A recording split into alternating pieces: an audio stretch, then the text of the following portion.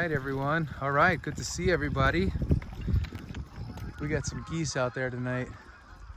Temperature has definitely dropped. We are feeling some fall air up here in upstate New York, and you can kind of see it's got that fall sky too. And I got a bucket of apples that came off of one of our apple trees. So the old pigs here are they're loving the apples. So I'm gonna toss an apple to each one of them. And this is how you get apple flavored bacon. I know James Greene out there, one of our fan favorites and Freedom Fest opening acts, is a huge fan of our pork products, the sausage, the bacon. He likes to put some of our Freedom Farms American Dream barbecue sauce on there. So we're trying to flavor these up for him. Right, James? Little shout out to James Greene. So, all right. You know, we don't like anything to go to waste. So tonight I saw these apples just sitting on the floor, and I'm like, all right, they weren't picked. They fell. I'm not just gonna let them rot, right? We're not trying to work on our deer plots here. So I'll just throw them to the pigs. Whatever eggs we have, whatever apples we have. I always tell people when they come and buy pigs from us, I'm like, the one thing that we focus on is just not feeding them junk. You know, so many people, and I get it, it's so expensive to feed pigs. They just buy so much crap. Like, you know, where they'll, oh, you got Twinkies, oh, you got any other Hostess products, etc. But we try to keep them clean. Our customers want clean pork.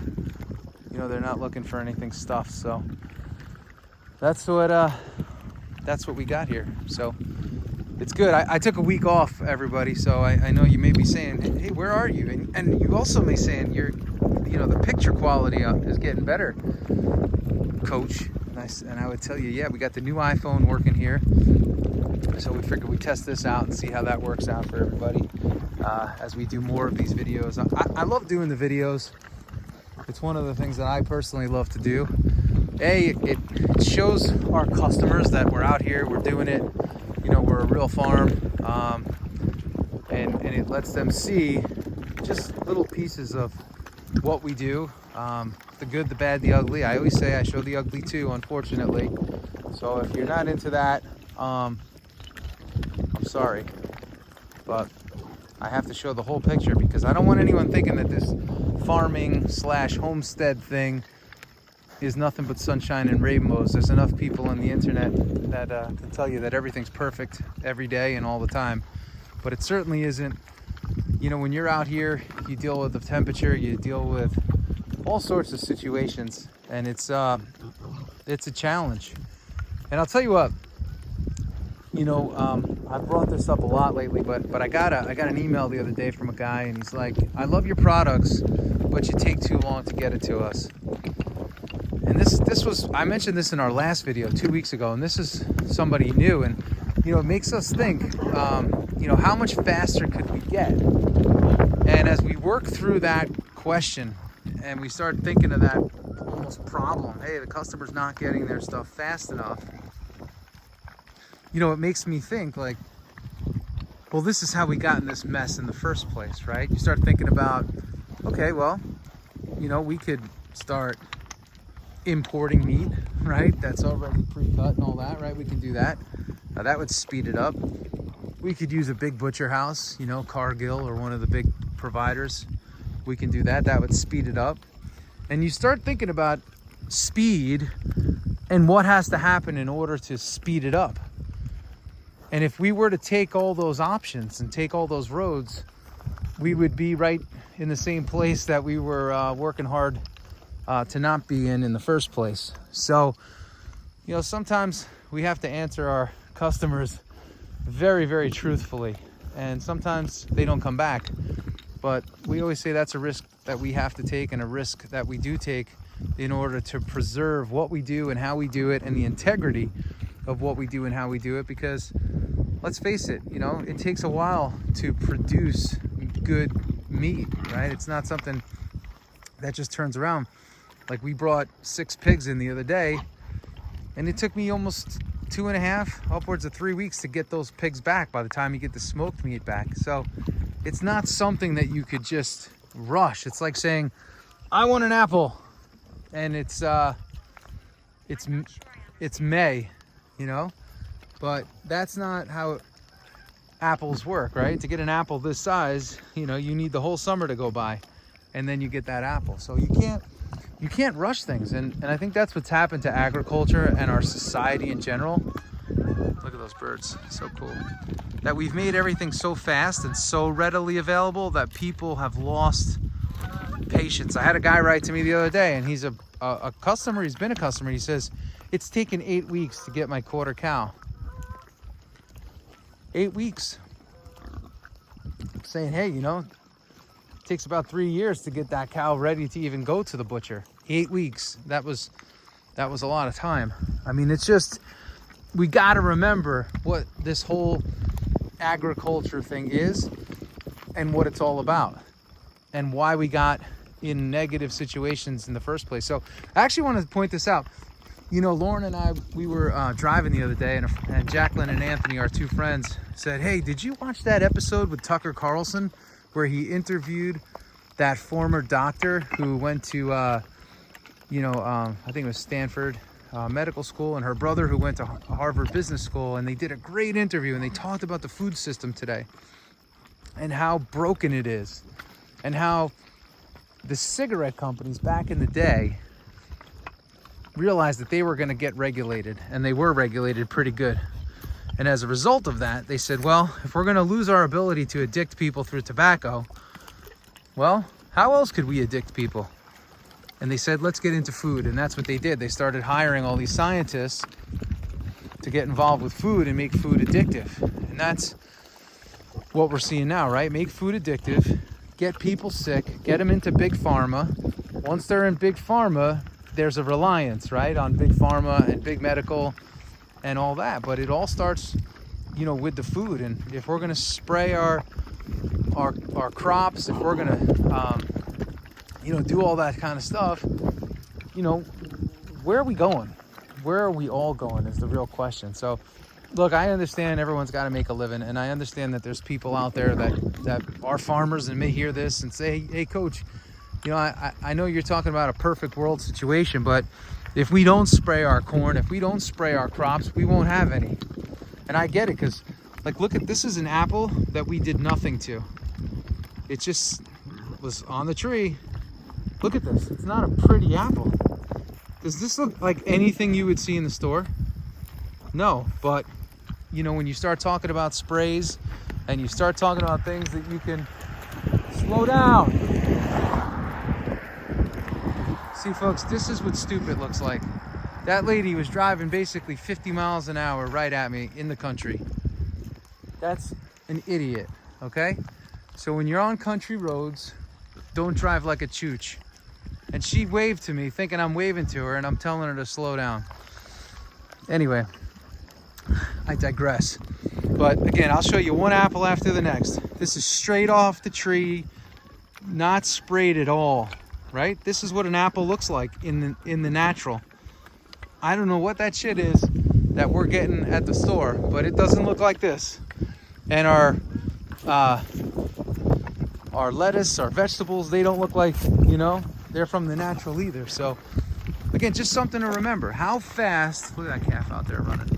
How fast do we want our food really? You know, is it appropriate to rush your farmers? Is it appropriate, you know, to be so focused on, you know, I guess we'd say hurrying up? Or should we all be planning ahead a bit more so that we're not in that situation, right? Fill our freezers, find good local farmers to work with. You know, if you want to work with us, we appreciate that very much, but you don't have to. You know, find someone that you believe in, find a family somewhere in the good old US of A that's working hard to produce good beef, good pork, good chicken, good turkey, good eggs, good veggies. And reach out, tell them, listen, you know, I love what you guys do. I want to feed my family with you through you guys, and I want to learn about, you know, the farm and all that. And I tell you what, it'll just change your whole appreciation towards food. You know, it takes time. It just takes time to get everything done. It's not a fast process. And, you know, it's our job to teach that process. So anyway, on a positive note, and I hope that is positive, because again, we want to make sure that you're doing the best you can for your health. You're doing the best you can to stay out of the American medical system, basically a big drug pushing system. You know, doctors are the new drug dealers, and they got a lot of people that are on board and on program. So one other thing before I get into the positive, I found it interesting, you know, they talked about this food addiction and how these cigarette companies basically altered the food to get people addicted and get people sick. And what have you seen rising since the 1950s? You've been seeing diabetes rise quite a bit. You know, diabetes, everybody's kind of on the diabetes track today if you're not trying to be aware of what you eat. But they found a direct correlation between diabetes and dementia, another disease that's on the rise. So you got diabetes on the rise, you got dementia on the rise. You start thinking about that, it's pretty scary. One of my clients, for those of you that don't know, in addition to farming, I also coach. He's an owner of a very large like senior living company. And years ago, he said, I'm going to start building out these exclusive dementia units that focus strictly on dementia because it's on the rise at such a high rate. And you got diabetes on a high rate, and you got dementia on a high rate. So when you put those two together, folks, we got to take control of things. So that's what I got for you. Again, another apple straight off the tree. That's what it looks like.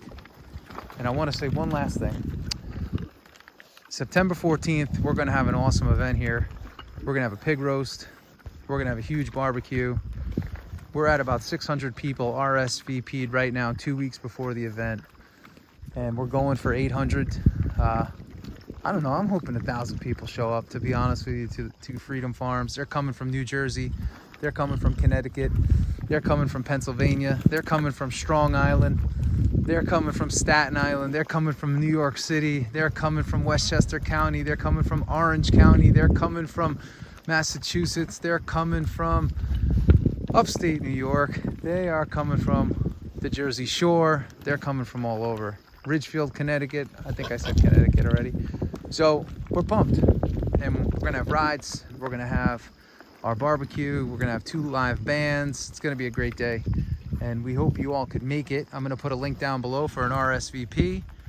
And again, we want you there. We want you to see the farm. We want you to be a part of it. We want you all to have a great on-farm experience. It's the fall. It's so nice up here.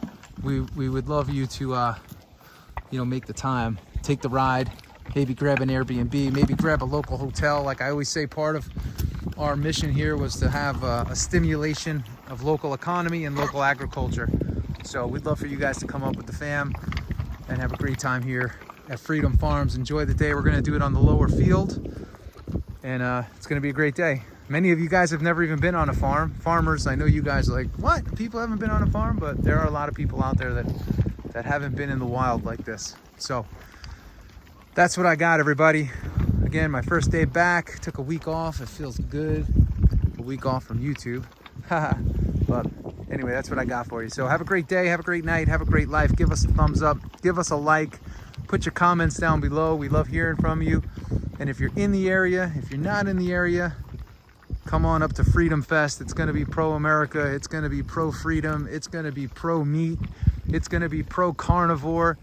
It's going to be pro-people that are just feeling good about America and feeling good about food and feeling good about the freedoms and liberties that we have in this great country to raise our own food and to choose what we want to choose. All right?